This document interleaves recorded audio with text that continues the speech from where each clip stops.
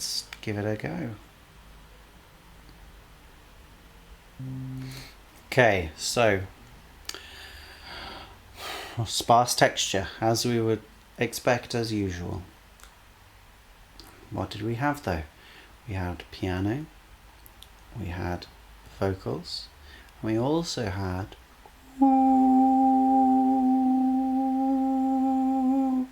this one note soaring through from the beginning all the way through there. All the way through, just one note ringing out. And that was quite a long verse. Quite a long verse. I went all the way through because we don't really get an idea of the rhythm very clearly from what we've got there, because the atmosphere is dominant. We've just got the piano playing a few chords and Aurora singing a melody clearly in time, but it's not clear the underpinnings of that time just from the melody.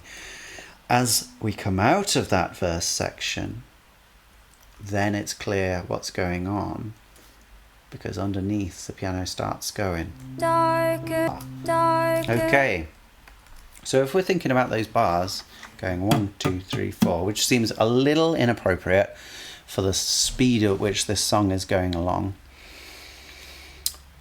we get a weird set of a weird amount.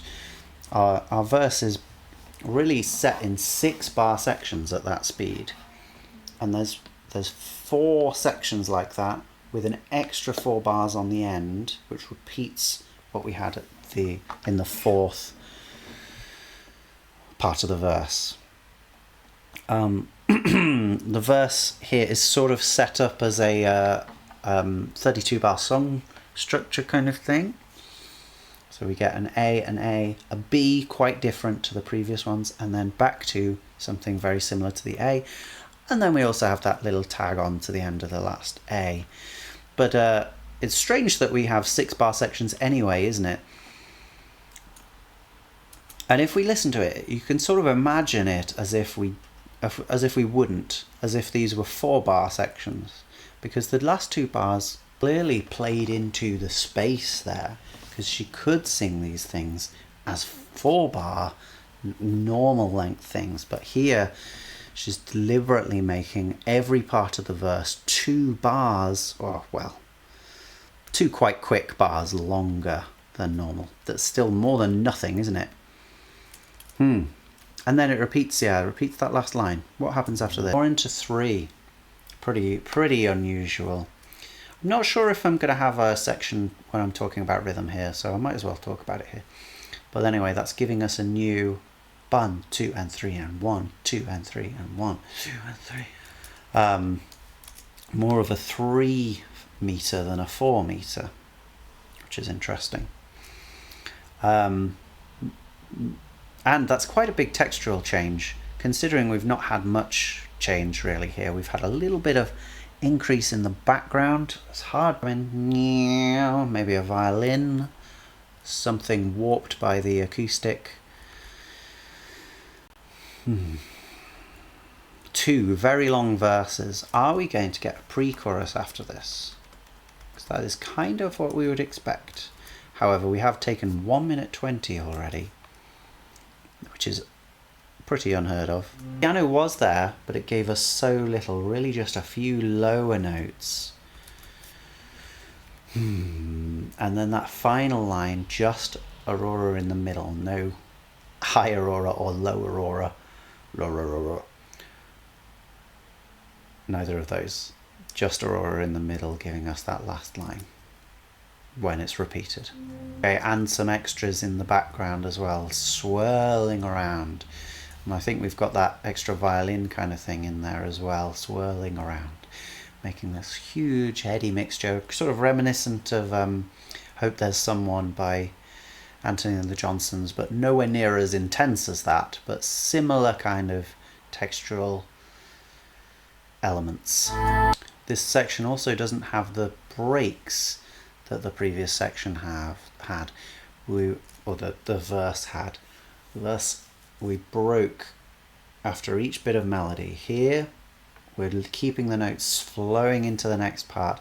Long, long notes, nothing particularly flowery, but it's just joined. It's all joined, only with small breaths in between. And now you can also hear between those chord changes, we've got 1 and 2 and 3 and 4 and wrong key, but the idea is still there. We've got 4 long beats, which were probably what our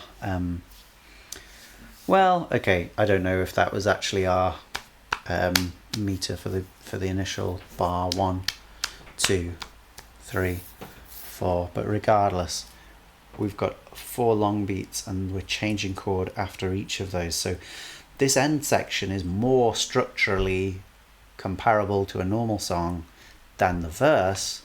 The verse, while it has 32 bar song form, no other Aurora song has 32 bar song form that I can think of.